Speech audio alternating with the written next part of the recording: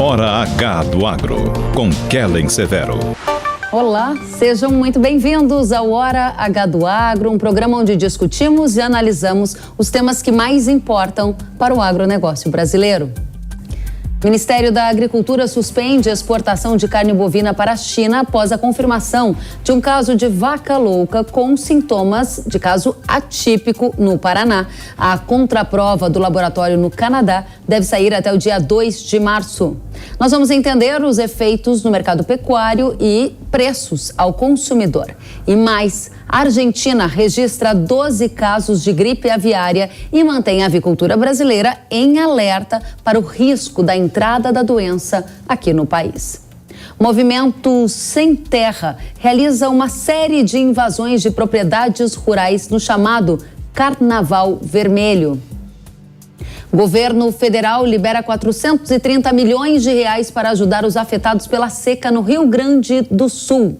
E mais, no cenário internacional, a Dinamarca sugere taxar as emissões da agropecuária para cumprir uma meta climática. Tudo isso e mais nesta edição que já está no ar. O Movimento Sem Terra, chamado Frente Nacional de Luta Campo e Cidade, realizou uma série de invasões em propriedades rurais e urbanas, um ato que chamou de Carnaval Vermelho. Nas redes sociais, eles afirmam que as invasões desta semana ocorreram em pelo menos 6 cidades do estado de São Paulo e também no Paraná, em Ponta Grossa e em Mato Grosso do Sul, em Japorã. A Federação da Agricultura de São Paulo confirmou a ação no estado paulista. A entidade disse em nota que acionou a Secretaria de Segurança Pública e que a invasão de propriedades em São Paulo foi evitada. A Polícia Militar confirmou que foi acionada para 3 ocorrências de invasão de propriedades no sábado, nas cidades de Rosana, de Presidente Venceslau e Marabá Paulista, e que o policiamento foi reforçado nessas regiões. Em Rosana, São Paulo, foram localizados 3 veículos atingidos por disparos de arma de fogo. O local foi periciado, o caso está sendo registrado. E a nossa produção não conseguiu confirmar até este momento os desdobramentos dos casos no Paraná e em Mato Grosso do Sul. O chamado Carnaval Vermelho foi alvo de atenção da Frente Parlamentar da Agropecuária. O presidente da FPA, deputado Pedro Lupion, comentou as invasões. Essa questão das invasões de terra é muito grave. Nós da FPA estamos acompanhando com muita, mas muita preocupação mesmo.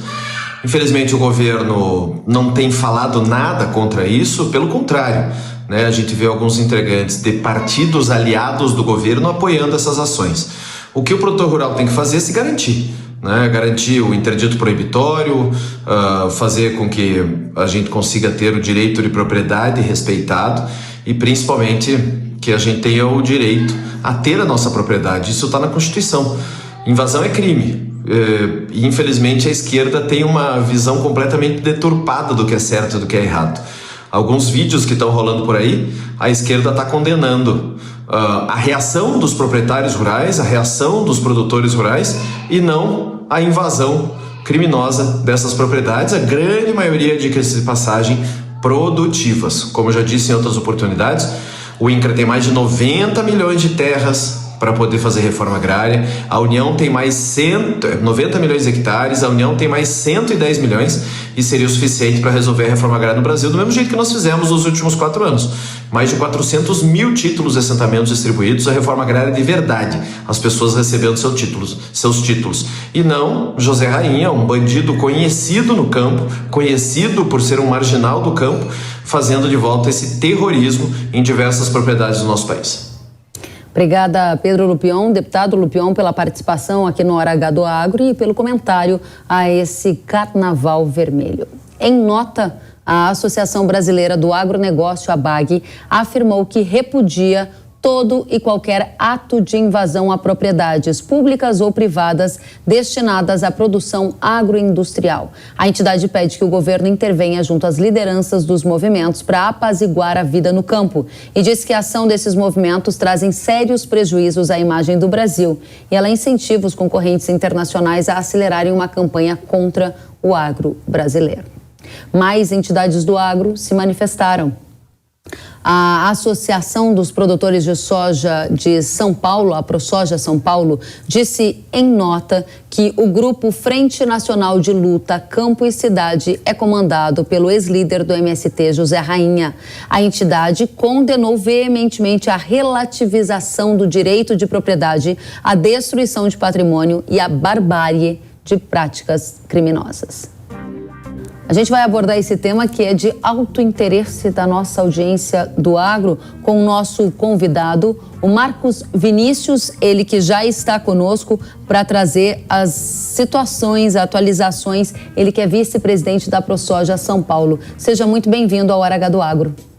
Olá, Kellen, uma satisfação falar aos amigos da Jovem Pan. Muito obrigado. Nós é que agradecemos pela presença. Uma pena que seja para esse tipo de assunto, né? Carnaval Vermelho, há muito tempo que a gente não ouvia falar em invasão como essas que a gente ouviu agora neste carnaval. O campo estava vivendo anos mais calmos, não é? O que levou ao retorno dessas invasões, na sua opinião? Exatamente, Kellen. Vivemos anos de muita tranquilidade, nos últimos 4 anos e pouco, e agora temos novamente no nosso cenário, no radar da produção, no radar da agropecuária, esses movimentos terroristas, trazendo a barbárie, a desordem e o caos, como nós dissemos em nota. Ou seja, mudamos do vinho para a água, não foi nem da água para o vinho, foi do vinho para a água. Estamos muito preocupados com a situação, acompanhando com um olhar bem atento os desdobramentos desse chamado Carnaval Vermelho, um movimento verdadeiramente terrorista. Você acha que esses episódios como o do Carnaval Vermelho têm chance de se repetir? Eu penso que sim, tenho quase certeza que sim, principalmente quando nós vemos por parte do novo governo federal uma omissão ou um silêncio muito grande. E a gente sabe, no fundo, que esses movimentos estão intimamente ligados com o partido que ora governa o Brasil, são ligados umbilicalmente. Então, eu penso que esses movimentos tendem a continuar, tendem a crescer, nós precisamos condenar isso veementemente. Como vocês pretendem que isso seja feito, dado que você acabou de dizer, Marcos Vinícius, que entende que há uma ligação muito próxima entre o governo do PT e movimentos sociais como o do MST ou outros que causam a invasão de terras como este do Carnaval Vermelho? Olha, primeiramente, eu penso que os agricultores, os produtores, proprietários de terra, não só de São Paulo, mas de todo o país, precisam se conglomerar, se juntar nas diversas entidades representativas do setor, nas entidades patronais da produção, a ProSoja, Sociedade Rural Brasileira, qual sejam, porque somente unidos, com entidades fortes, lideranças coesas, em uníssono, nós podemos fazer frente a esses movimentos atentatórios contra o direito de propriedade, contra a produção, contra a pesquisa tecnológica e contra a nossa agricultura sustentável que alimenta o mundo, certo? E, por outro lado, o produtor proprietário precisa também estar ciente das suas saídas, digamos assim, jurídicas, como bem disse o presidente da FPA, o Pedro Lupion, deputado, o interdito proibitório e todas essas coisas. Precisa estar muito ciente disso. E vale lembrar a todos que o direito de propriedade é garantido pela Constituição Federal. Então, nós não podemos aceitar essas práticas criminosas. O que é o interdito proibitório que foi destacado pelo presidente da bancada do agro no Congresso e agora também está presente na sua fala para que todos fiquem na mesma página? Interdito proibitório é um instituto jurídico que, se você, proprietário de uma área, esteja na iminência de ter a posse esbulhada, a sua posse atacada, você pede essa medida judicial, que é uma proteção da sua propriedade, certo? Para dizer que aquilo é seu, etc. É uma saída jurídica.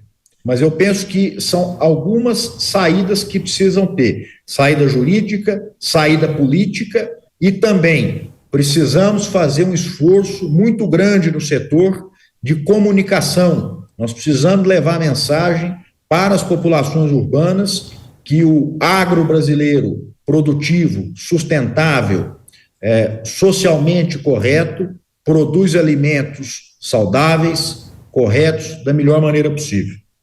Você falou em medida jurídica, política, até comunicacional, e há também quem diga que um dos elementos que fez esses movimentos sociais ligados à invasão de terra recuarem nos últimos anos tem a ver com a posse e porte de armas, que também é fruto e alvo agora do novo governo, que tenta promover um revogaço de algumas medidas do antigo governo. A minha pergunta é, você acha que esse revogaço de armas pode chegar até o campo e pode ser um efeito também colateral para o avanço de movimentos sociais em áreas mais remotas do país, áreas de propriedade privada para a produção agrícola?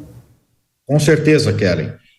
Vamos partir do princípio que bandido não tem arma registrada. Produtor rural sério tem. A partir do momento que um revogaço revanchista desse ataca a segurança jurídica, ataca tudo aquilo que foi conquistado de maneira correta, de maneira legal, certo? E falam até em buscar as armas, em tirar as armas das pessoas corretas, é óbvio que isso vai abrir espaço para criminalidade, para bandidagem e para esses verdadeiros salteadores de propriedade privada que andam pelas estradas rurais do Brasil. Eu não tenho dúvida disso.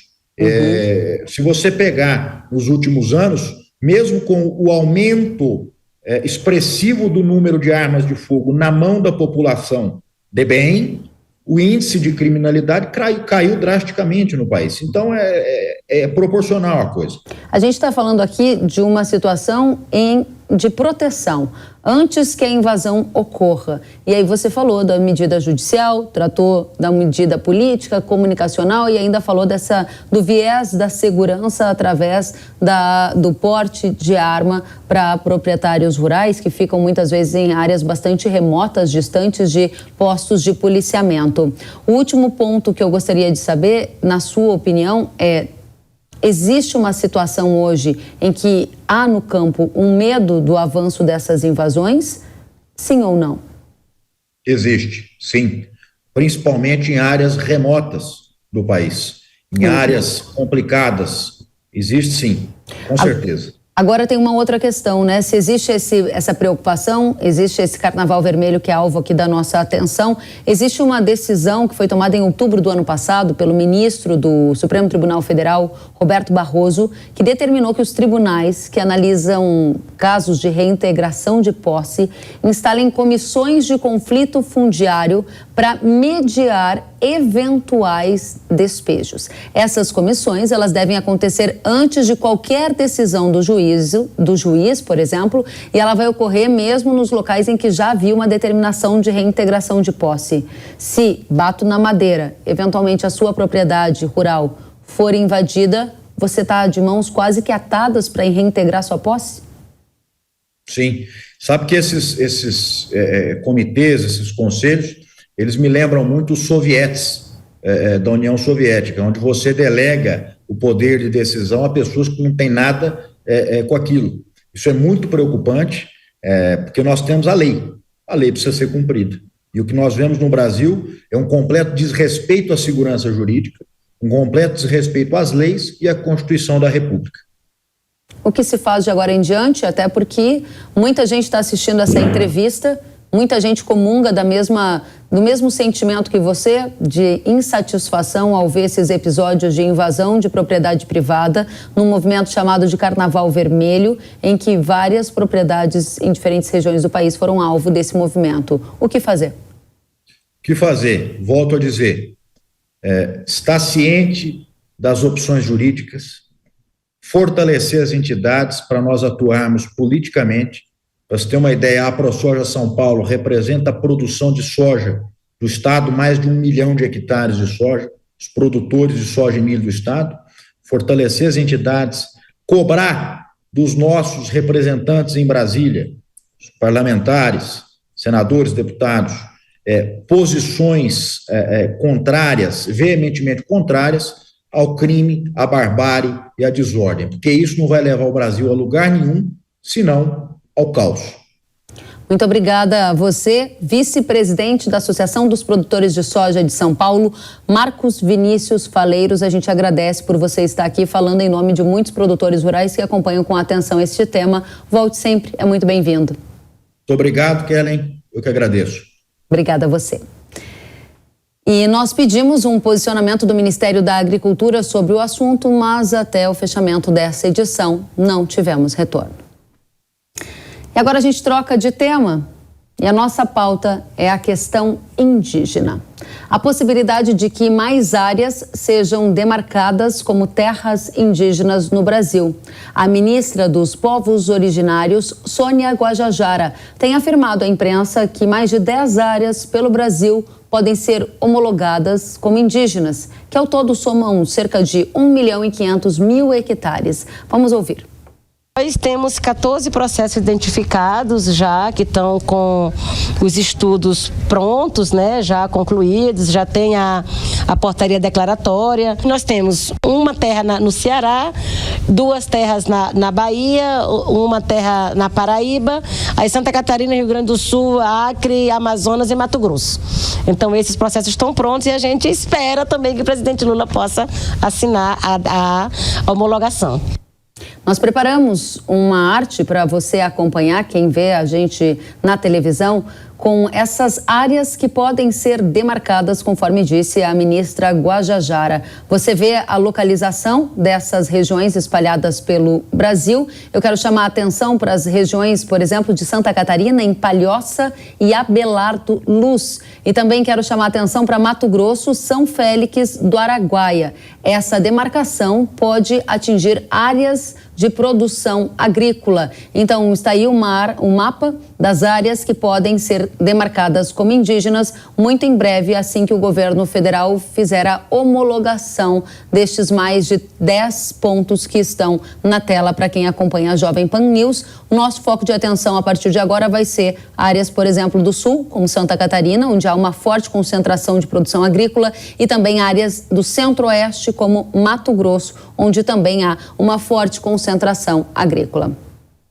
Para ter uma ideia, as áreas indígenas representam cerca de 14% do território brasileiro. 13,75% do território ficam localizados em todos os biomas do país e, segundo a FUNAI, atualmente há 680 áreas indígenas cadastradas nos registros da FUNAI.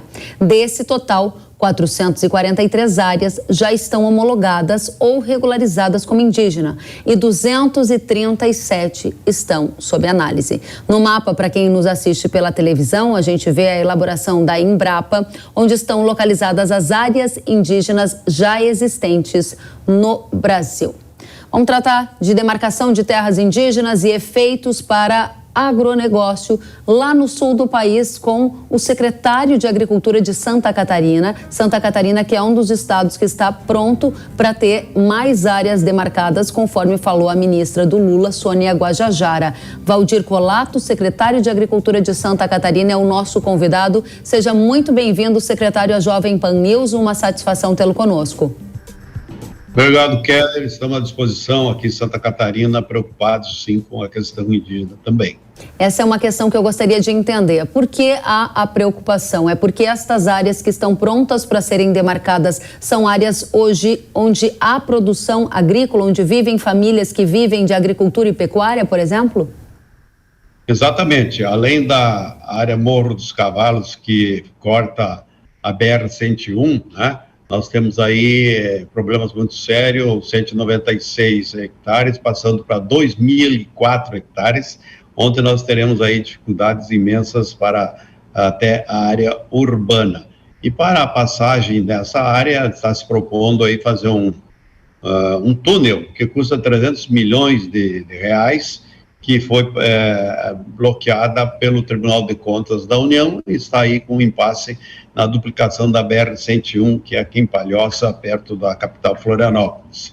E também outra em Abelardo Luz, né, com 1.884 hectares, que são a agricultura 100%, né, e também atinge parte da área urbana de Abelardo Luz. Na verdade, nós temos 10 áreas listadas aqui em Santa Catarina, e isso representa 52 mil hectares, que para Santa Catarina, que tem pequenas propriedades, nós estamos aí com média de 50 hectares, 95% das 375 propriedades em Santa Catarina. Isso é um impacto muito grande na área da produção social, porque é pequenos produtores que estão nesse processo e precisam realmente de ter um cuidado especial. Nós estamos aí trabalhando com esse processo. A Procuradoria-Geral da República do Estado já entrou com ação junto ao Supremo Tribunal Federal, e aí está a discussão do marco temporal, né? Porque se o Supremo Tribunal Federal decidir pelo marco temporal, isto é, que as áreas demarcadas em 5 de outubro de 88 para lá, né, para trás, elas são reconhecidas como terras indígenas, as outras não, né? Se esse marco temporal for aprovado pelo Supremo Tribunal Federal, todas as áreas que têm algum tipo de estudo, elas levarão em conta a imemorialidade, né, e o direito originário de você tornar essas terras indígenas, como a ministra está falando, né, alegremente, apenas ela está desconsiderando a população brasileira, o agricultor que está produzindo alimentos que chega na mesa e sem qualquer critério, apenas criando mais áreas. Nós temos hoje, como se falou, em torno de 14% do Brasil. Se houver a derrubada do marco temporal, nós chegaremos a 30% do território brasileiro. Para você ter uma ideia, Santa Catarina tem 1,13% do território brasileiro. Então, seria praticamente 30 Santa Catarina para nem 1 milhão de indígenas, cuja população, a metade está na cidade. Secretário, como esse tema é um tema bastante complexo, eu gostaria de pedir a sua ajuda para a gente torná-lo o mais didático possível para todos que nos acompanham. Porque, no momento, a gente tem uma fala da ministra Guajajara dizendo que já tem pelo menos mais de 10 áreas prontas para serem homologadas pelo governo federal. Dessas 10 áreas que estão prontas, a gente tem áreas no sul do Brasil, especialmente em Santa Catarina, e o senhor nos disse aqui na Jovem Pan que estas áreas hoje abrigam a produção agrícola e agricultores. Para a gente, antes de passar para o marco temporal que está no STF, gostaria de olhar para esse elemento que é uma dor mais próxima, né? Me parece que isso pode acontecer já nos próximos meses. Pode acontecer nos próximos meses dessa homologação do governo acontecer? E segundo, se acontecer, quantos agricultores serão impactados? Terão que disputar a mesma área com indígenas, porque vai ser uma condição complexa, não?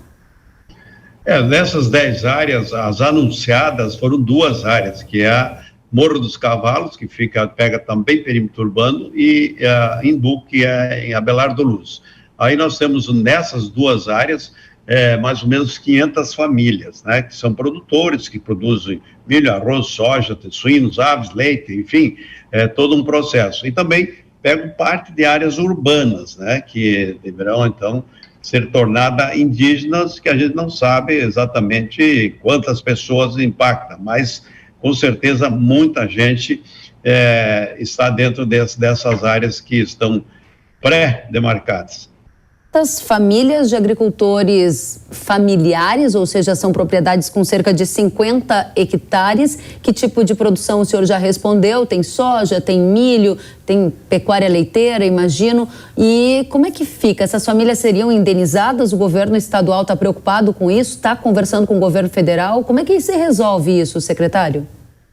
Há um conceito de que se as áreas forem reconhecidas indígenas, elas voltam às origens que é os indígenas. Então, elas são propriedade dos indígenas e elas passam, então, aliás, elas são concessões para os indígenas porque são terras ditas, então, devolutas que pertencem à União. Então, não tem direito à indenização a não ser as benfeitorias e aquelas que segundo eles, foram construídas de boa-fé.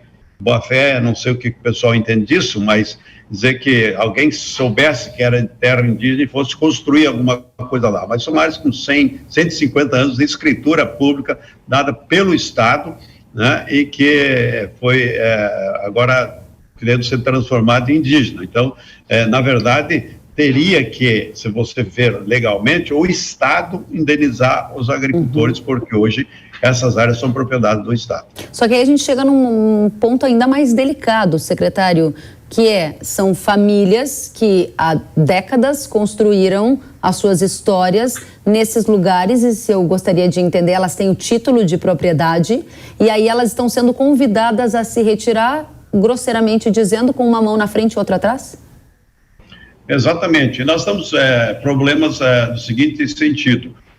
Áreas em que os agricultores estão produzindo, e a notícia de que seriam transformadas em terras indígenas, embora estejam ajuizadas, e a nossa Procuradoria e o Estado está, né, nessas ações com amigos cores, eles entendem que anunciada a área já começa a invasão ou a pressão em cima dos produtores. Olha, se você não nos der parte da colheita, você não vai colher. Se você não dividir conosco, você não vai ter condições de plantar. Então, tem todo esse processo que nós estamos aí com dificuldade, inclusive, para fazer a colheita em algumas áreas que estão anunciadas pela ministra aí como provável homologação de terras indígenas. Está me dizendo, e dizendo para todos que assistem a Jovem Pan, que essa situação mais conflituosa, ela já está começando por uma pressão, uma disputa de terra entre as comunidades de agricultores familiares que estão localizados nessas áreas há décadas e os povos indígenas que já começam a se sentir no direito de ocupar aquela mesma terra. E esse é um cenário que está acontecendo onde em Santa Catarina, e o que o senhor prevê na próxima fase, depois que a ministra Guajajara conseguir a assinatura, o aval para transformar essas áreas em indígenas como ela gostaria? Uma das áreas que está sendo anunciadas como provável criação de terra indígena é a Belar do Uzimbu, né?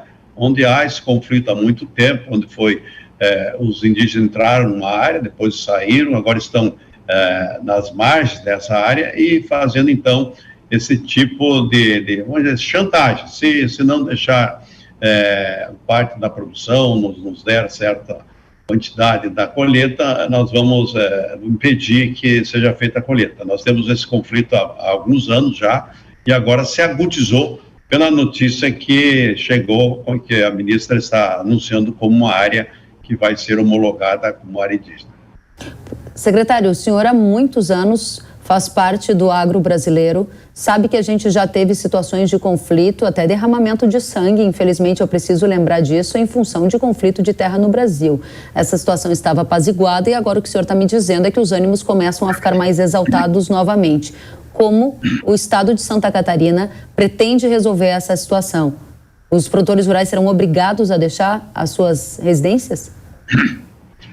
Nós estamos trabalhando e está se envolvendo aí o governador, os procuradores, né, para ver se a gente resolve isso numa conciliação, numa negociação, para que esses indígenas e os agricultores possam chegar a um acordo. Mas esse entendimento é muito difícil, porque os indígenas entendem que as terras originárias são deles, e há muitas ONGs, muitas pessoas insuflando aí essa discussão, esse conflito, que realmente é muito difícil chegar a alguma conclusão.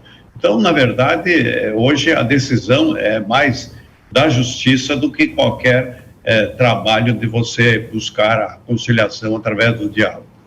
Conciliação através do diálogo, o senhor está dizendo que é difícil, e aí entra a justiça. E agora eu vou lhe convidar para a gente ir para a próxima fase dessa conversa, que é sobre a Justiça Brasileira, o STF, o marco temporal. Eu volto com o senhor em poucos segundos, vamos só colocar a nossa audiência na mesma página. Então a gente vai tratar agora do marco temporal. O que é isso? Vai lembrar que aguarda análise da Justiça, do Supremo Tribunal Federal, o marco temporal das terras indígenas. Atualmente o placar está empatado, com um voto favorável à manutenção do marco e um contra. A tese do marco temporal prevê que só devem ser demarcadas áreas em que os índios ocupavam, em 5 de outubro de 88, a data da promulgação da Constituição. O agronegócio defende essa tese, pois ela também é uma espécie de garantia ao direito de propriedade. Desde o fim do ano passado, a presidente do STF, Rosa Weber, tem se encontrado com indígenas. Na última semana, Weber voltou a se encontrar com lideranças indígenas que pedem a volta do julgamento do marco temporal. Essa foi a terceira vez desde o fim do ano passado que Rosa Weber se encontrou com grupos de índios. A ministra do STF já afirmou que pretende colocar o tema em votação antes da aposentadoria dela, que ocorrerá em outubro deste ano. É mais um tema que importa demais ao agro brasileiro. Secretário de Agricultura de Santa Catarina continua conosco, Valdir Colato. O senhor disse que esse tema vai acabar na mão da Justiça e a gente tem visto o grupo que é representado pelos indígenas bastante atuante, participando de reuniões diretamente com a presidente do STF, pedindo que esse tema seja votado no plenário. Há alguma reunião do setor agro, do governo do estado de Santa Catarina com o STF na sua pauta? Na verdade, nós estamos trabalhando junto com o CNA, a Procuradoria-Geral do Estado, o próprio governador se empenhando para conversar com a ministra Rosa Weber e todos nós estamos aí numa angústia muito grande em Santa Catarina para que haja essa decisão. O que nós estamos pedindo é para postergar essa decisão até que se ache uma outra saída, né? O próprio governador está oferecendo aí a possibilidade de outras áreas para que se assente os indígenas, se é que precisam de áreas de terra, que nós temos aqui em Santa Catarina realmente terras que podem abrigar facilmente a nossa população indígena. Então aí nós estamos tentando ver se nesse trabalho das ações jurídicas que tem, o Estado formou um grupo de procuradores aqui para fazer esse trabalho e acompanhar, e a nossa luta agora é junto ao Supremo Tribunal Federal e também, né, apelando aí para o mundo político, senadores e deputados, para que entre nessa discussão, na busca de uma solução que não tem outra saída a não ser essa, porque se o conflito for instalado, não sabemos quais as consequências. Então, o diálogo é importante, mas a compreensão também do governo atual, que tem uma visão diferenciada da questão indígena, da questão do sem terra, da questão do direito de propriedade, segurança jurídica, que nós precisamos disso, né? E, na verdade, o que nós precisamos aí é que o proprietário, o produtor, tenha a segurança jurídica e ele seja blindado desses problemas. Ele quer produzir, não quer ficar em conflito de terras, de meio ambiente. Ele sabe o que tem que fazer, o que é certo, e espera que o governo lhe garanta, como diz a Constituição, o direito de propriedade. O senhor trouxe um ponto que eu gostaria de explorar, porque o senhor disse assim: estamos pedindo que seja postergada a discussão do marco temporal no plenário do STF. Isso é o oposto do que o grupo de indígenas que tem visitado a ministra Rosa Weber quer. Eles querem acelerar. A conclusão que me chega no momento é: se acelerar, se o tema for a plenária agora, a chance de haver uma suspensão do marco temporal é grande? Esse é o entendimento do senhor? Pela posição que está tendo as decisões do Supremo Tribunal Federal nessa área da questão fundiária, nós tememos realmente que haja uma decisão contrária ao direito de propriedade, ao respeito à Constituição, ao direito do agricultor continuar produzindo e trabalhando, né?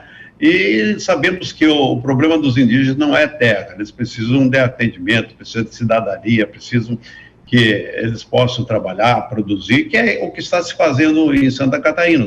Os índios se tornaram agricultores, estão plantando, produzindo, em parceria com as cooperativas oferecem os insumos, eles produzem, depois as cooperativas comercializam, e esse processo está indo muito bem. Agora tem muita gente querendo atrapalhar. Infelizmente, aí nós temos hoje a produção em Abelardo Luz, que é limítrofe a essa área do Umbu, em que o Ministério Público bloqueou, né, a produção, e ela está depositada em cooperativas, eles não podem comercializar porque, segundo o entendimento do Ministério Público que atuou nessa área, as áreas indígenas não podem produzir, ele não pode ser agricultor, ele tem que ser um ambientalista e manter o meio ambiente, porque considera as áreas indígenas como área de preservação permanente. Os indígenas querem plantar, produzir, ser cidadãos, mas o Ministério Público entende diferente, que ele não pode fazer isso, e a área ambientalista também, que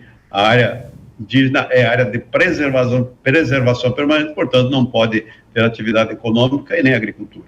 Secretário, o senhor disse que se o marco temporal fosse votado agora, o senhor tem o entendimento de que o marco temporal deixaria de existir. Isso significaria o quê para o Brasil, tratando-se de quanta área o Brasil teria de aumento de demarcação de terras indígenas? O senhor citou lá no começo, né, que poderia saltar de 14% para 30%. Isso significa que cada indígena do Brasil teria cerca de quantos hectares? Hoje, cada indígena, pelas áreas que nós temos, 117 milhões, 119 milhões de hectares, que são 621 áreas, né? Teria 400 hectares por indígena, que são em torno de 800 mil indígenas, 50% estão na área urbana. E se o marco temporal cair, são 487 áreas, né, que são reivindicadas, seriam então mais 120 em estudos, 600 áreas, que aumentaria mais 117 milhões de hectares. Então nós teríamos aí cerca de 30% das áreas do Brasil, que seria em torno de 240 milhões de hectares, né?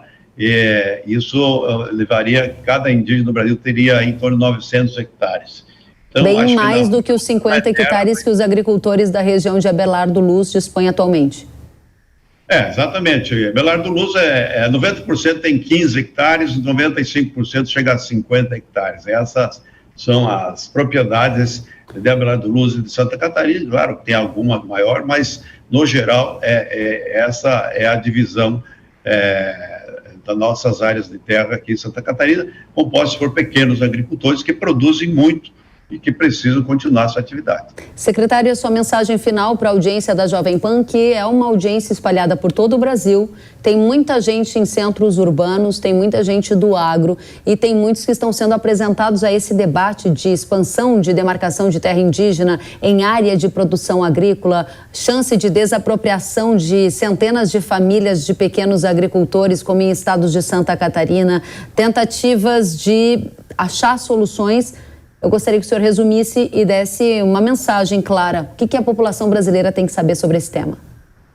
Primeiro, nós temos uma PEC 215, que muitos anos lutamos para aprovar, permitir que se faça agricultura nas terras indígenas e que também faça-se parcerias de terras indígenas dentro do processo de produção.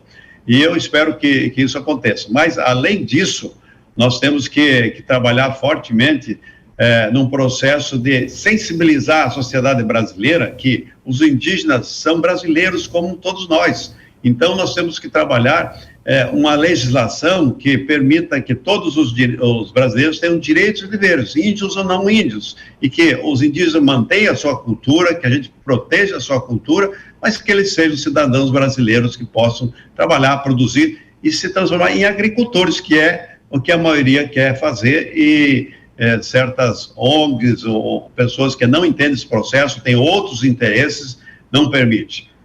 Secretário de Agricultura do Estado de Santa Catarina, Valdir Colato, agradecemos demais pelos esclarecimentos. A gente deseja que essa situação, que é bastante delicada, se resolva da melhor maneira e que esses centenas de agricultores não tenham a sua propriedade retirada e o seu direito de produzir reduzido a zero. Vamos continuar acompanhando atentamente. Qualquer novidade, o espaço é seu, pode voltar aqui quantas vezes for necessária. Volte sempre. Obrigado. Obrigada a você.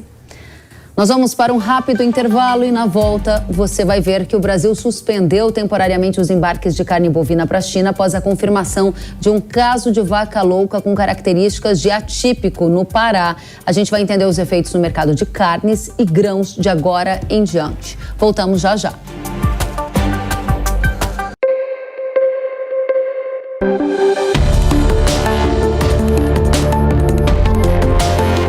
Hora H do Agro, com Kellen Severo. Sabia que o Brasil é um dos maiores produtores de soja e milho no mundo? Esse mercado movimenta mais de 70 bilhões de dólares anualmente e tem muitas oportunidades. Com o curso de comercialização de soja e milho da NIL, você aprende a negociar preços em bolsas internacionais e proteger seu capital. O professor João Birkan tem mais de 60 anos de experiência e vai te ensinar como ganhar dinheiro no agronegócio.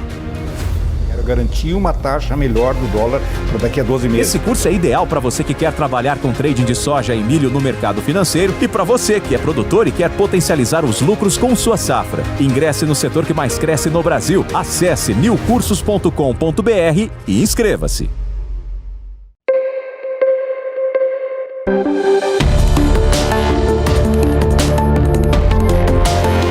Hora H do Agro, com Kellen Severo. Estamos de volta com Hora H do Agro, aqui na Jovem Pan News. Nesta semana, o Ministério da Agricultura suspendeu temporariamente as exportações de carne bovina para a China. O autoembargo acontece após a confirmação de um caso de vaca louca com sintomas de caso atípico em um bovino no Pará. Essa suspensão está prevista em um acordo fitossanitário assinado entre os países, e entidades do agro pedem que esse acordo seja revisto. O mercado aguarda agora o resultado de um exame enviado ao laboratório da Organização Mundial de Saúde Animal no Canadá, que vai dizer se o caso da vaca louca é clássico ou atípico. A gente vai explicar agora que essa encelofatia espongiforme bovina, que é conhecida como a doença da vaca louca, é uma doença que afeta o sistema nervoso do gado. E tem esse nome porque as lesões que geram nas células do cérebro também dão a aparência de uma esponja, né? O caso atípico, ele acontece no animal de forma espontânea e não traz risco para quem consumir essa carne bovina. Vocês estão vendo na tela, quem nos ouve pelo rádio, é importante ter consciência disso. Caso atípico, que é o que está em investigação no Brasil, não traz risco para o consumidor. Já o caso clássico da doença, ele nunca aconteceu aqui no Brasil. E ele está ligado à ingestão de ração contaminada com restos de animais. Esses animais precisariam ter comido uma ração contaminada para ter chance de desenvolver o caso clássico. Há risco para quem consumir, algum brasileiro que consumiu uma carne contaminada, mas essa é uma prática muito remota. Esse gado, esse alimento do gado, vamos lá, gente, vamos por partes. Então, o caso clássico, essa situação está ligada à ingestão da ração. A ração precisa conter restos de animais contaminados. Para o consumidor, o risco ocorre só se ele consumir uma carne contaminada.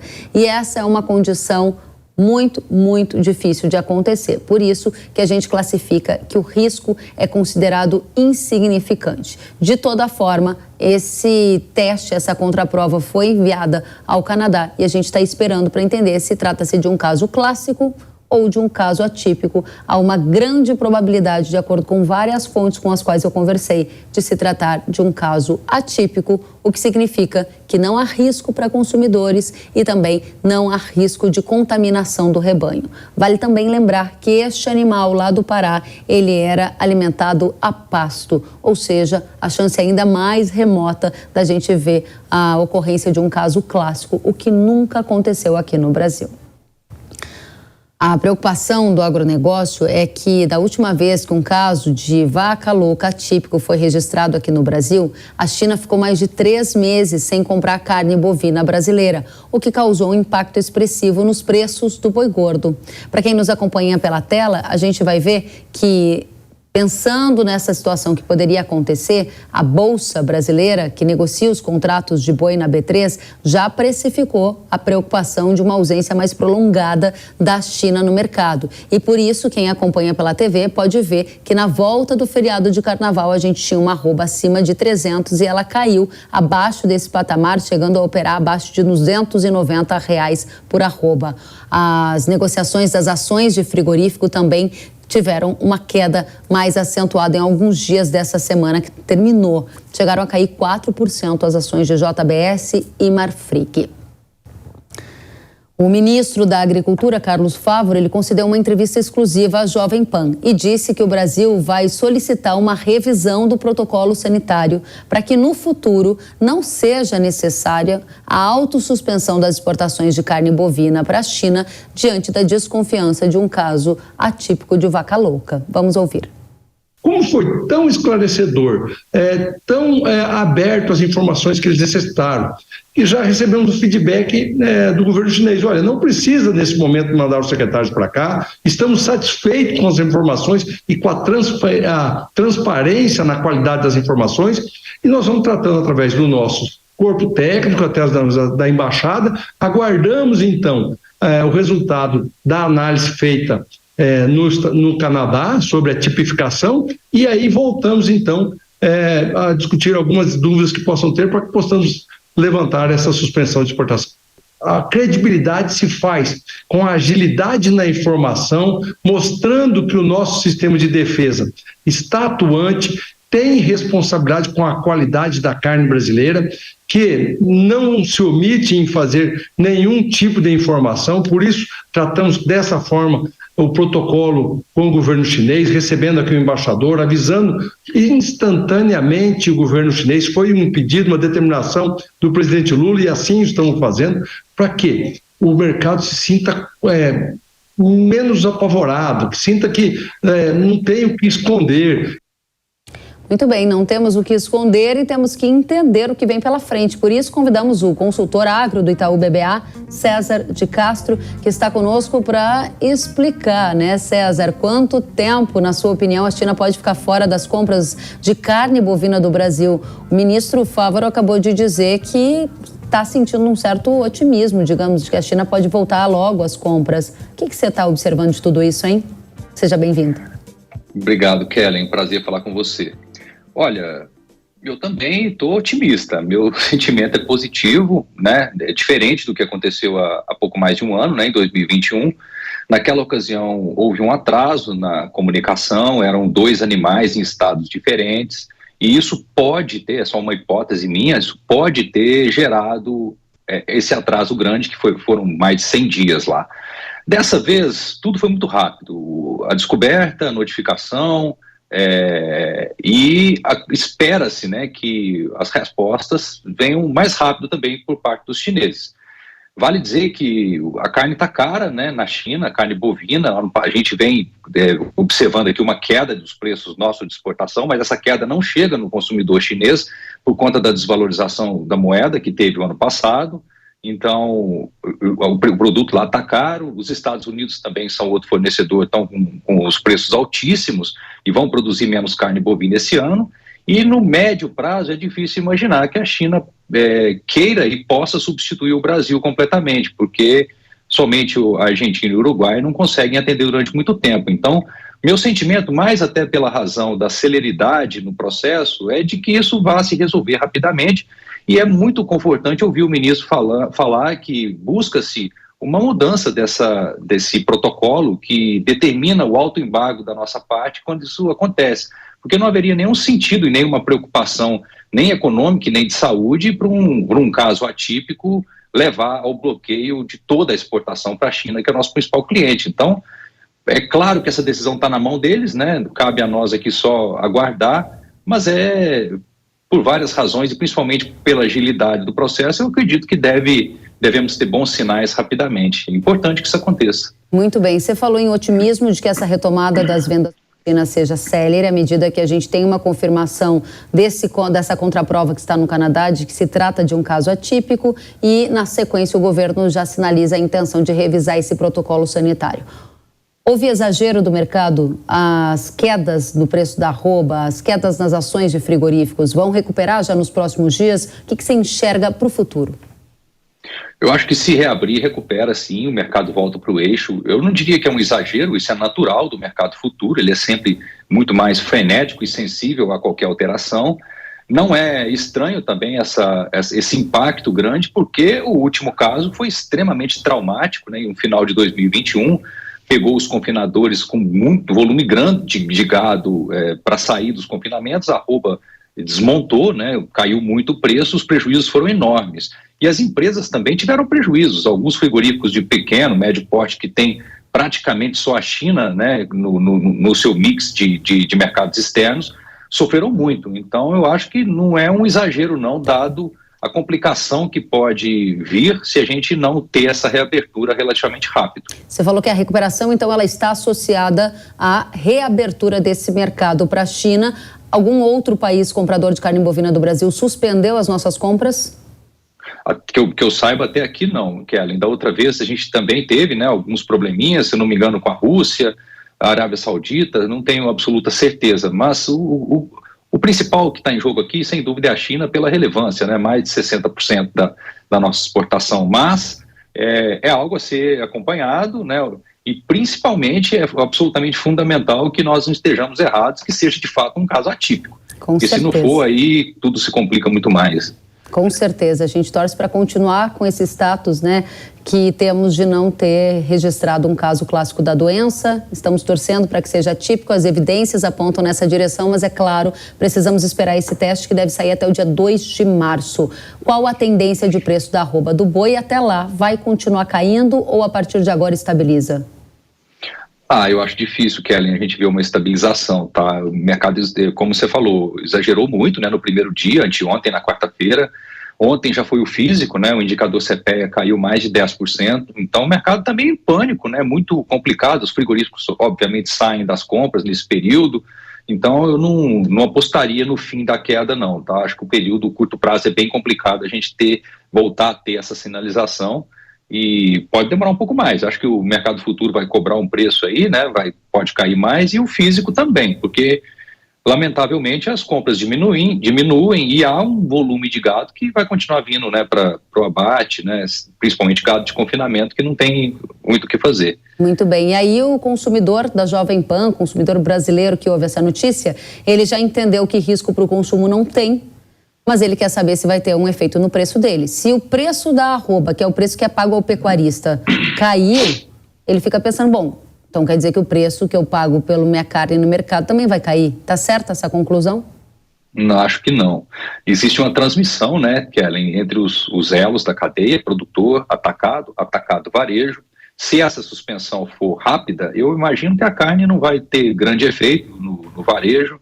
Isso acaba sendo absorvido, né, nesse caso pelo elo varejista, e eventualmente compra mais barata a carne no atacado, mas segura o preço. Se demorar, aí eu acho que não. Aí eu acho que a carne sim vai cair, complica até para as outras proteínas, né, para o frango, para o suíno, porque aí tendência é a gente ter uma oferta bem maior, e aí obviamente o varejo entrega essa queda, mas em poucas semanas eu não apostaria nessa queda não. Vale dizer que a carne bovina ela já vem caindo desde o ano passado, né, caiu muito, principalmente os cortes dianteiro, e agora pós, né, o mês de fevereiro, e principalmente por conta do carnaval, os preços voltaram a subir, o que é normal. O mês de janeiro sempre é ruim, fevereiro melhora, e a gente está num ano de mais oferta de carne, então é de se esperar a carne um pouco mais atrativa esse ano, mas uma queda bem maior agora, eu acho que só se estender esse problema.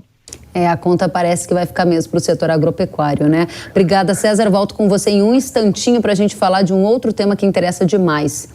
O outro assunto que o agronegócio monitora é o aumento do número de casos de gripe aviária na América do Sul. Nesta semana, o governo argentino informou que o país já registra 12 casos confirmados da doença. Na semana anterior, o número de registros estava em apenas 1. Segundo o Serviço Nacional de Saúde e Qualidade Agroalimentar, o Senasa, a gripe aviária foi identificada em aves silvestres e também aves domésticas. O Brasil não possui registro da doença, mas segue em alerta pelo potencial efeito que pode causar no mercado de carnes por aqui. A gripe aviária é uma doença viral altamente contagiosa que afeta aves domésticas e selvagens. Uma das formas de transmissão ocorre através da migração de aves que carregam o vírus. Vale lembrar que não há riscos para a população ao consumir a carne de frango ou os ovos. César, conta pra gente, no caso do mercado de frango e ovos, qual é o cenário que temos diante dessa situação em que o Brasil está cercado de gripe aviária em todas as regiões aqui na nossa fronteira, né? Kellen, eu acho que aqui nós temos um cenário binário. Se tivermos casos de gripe em granjas, né, comerciais, né, o que é diferente de fundo de quintal e ave migratória, as coisas podem se complicar muito até a gente ter alguma melhora. Tem alguns mitigantes nessa história toda, né? O Brasil é o único país do mundo que ainda não tem gripe aviária, o único grande exportador.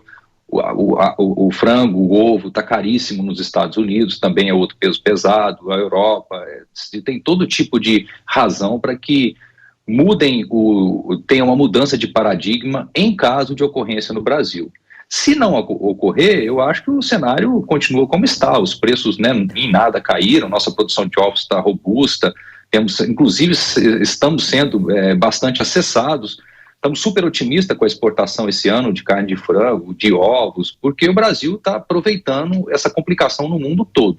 Mas a verdade é que nós estamos muito preocupados e bastante desconfortáveis, né, com a aproximação dos casos, que são, sim, aves silvestres. Nós também reconhecemos a enorme biossegurança que existe, né, no setor principalmente de avicultura de corte, mas há também outras, o setor de postura, por exemplo, no Brasil, ele é bastante fragmentado, né, claro que não é muito concentrado no sul, mas você tem muito mais granjas e a gente teme, sim, a entrada da doença e poderia ser bem complicado, né. Nós temos uma exposição grande no setor, então isso nos deixa bastante preocupados aqui em curto prazo. Seria muito temerário dizer que você não trabalha com a possibilidade de se a doença vai entrar no Brasil, mas de quando? Eu acho bem factível essa afirmação, Kellen. A gente nunca viveu essa aproximação tão grande, né? E sim, pode acontecer, né? Nós nem estamos pensando, né? Se vai ou não acontecer, nós estamos pensando o que já pode ser feito imediatamente para nos preparar para esse eventual dia, né? Não quer dizer que é provável, mas é perfeitamente possível. Então, muita coisa, né, passa pela nossa cabeça, no sentido de como fica, né, o descarte desses animais, sabemos que a transmissão é muito rápida, as granjas, né, são muito próximas umas das outras, as questões das indenizações, o produtor vai ter estímulo para notificar rapidamente, as empresas estão conversando com os clientes externos para já saber o que esperar, tudo isso é muito importante, né, de ser feito antes de acontecer. Depois que acontece é sempre mais difícil. Então, sim, nós estamos bastante preocupados e acho que deve ser essa a mentalidade, tá? É pensar tudo que pode ser feito antes para a gente não ter que descobrir depois o que poderia ter sido feito, né? E como a doença se espalha muito rapidamente, a avicultura é extremamente concentrada na região sul, né, 60%, 135% só o Paraná, preocupa muito, tá, Kellen? Eu acho que não tem outra palavra.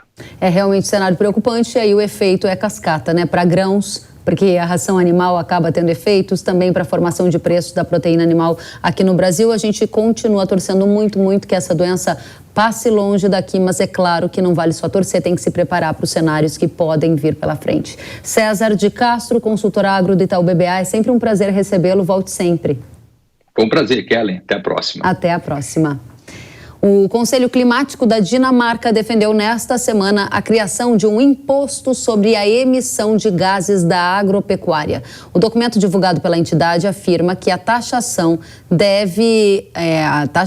a Dinamarca deve taxar, então, tentar taxar essas produções para atingir uma meta climática. Como justificativa, o Conselho diz que a medida tornará mais atraente para o produtor rural implementar soluções climáticas e que, no caso do setor agro, deve haver uma razão financeira boa o suficiente para o agricultor e o pecuarista terem uma produção ecológica no futuro. O Conselho revela ainda que, com esse imposto, as fazendas que não adotarem sistemas mais ecológicos terão prejuízo.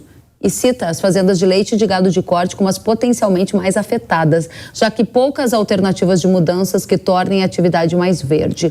Com isso, o Conselho Climático dinamarquês espera que estas fazendas que terão prejuízo deixem a pecuária de corte de leite e apostem na agricultura.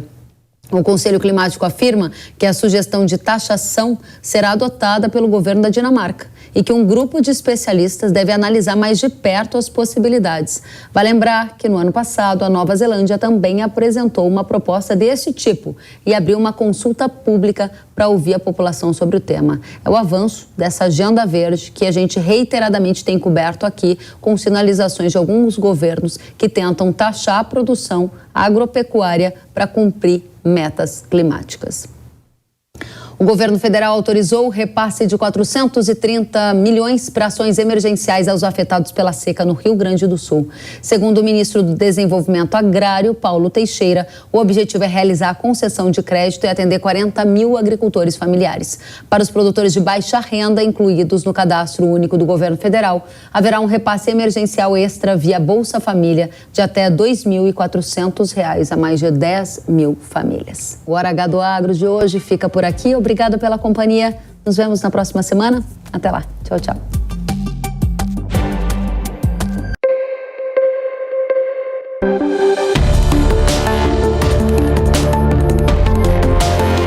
Hora H do Agro, com Kellen Severo. Realização Jovem Pan News.